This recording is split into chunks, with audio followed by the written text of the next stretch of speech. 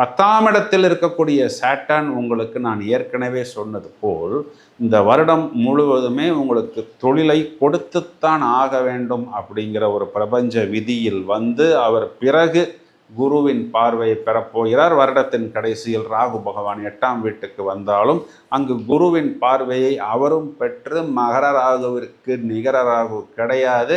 அதிலுமே பார்த்தோம் அப்படின்னா ராகு பகவான் எந்த வீட்டில் இருக்கிறாரோ அந்த வீட்டின் அதிபதியாக செயல்படுவார்.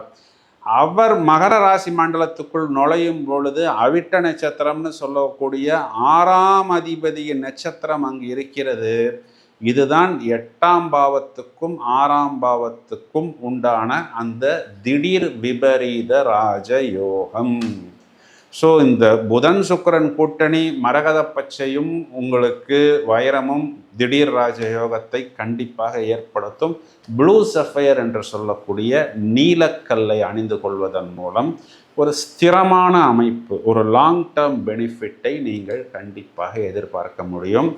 நீங்கள் மிதுன ராசியில் பிறந்திருந்தால் நான் ஏற்கனவே சொன்னது போல் மகாவிஷ்ணு மகாலட்சுமி வழிபாடு மேலும் மேலும் மேன்மையை ஏற்படுத்தி கொடுக்கும்.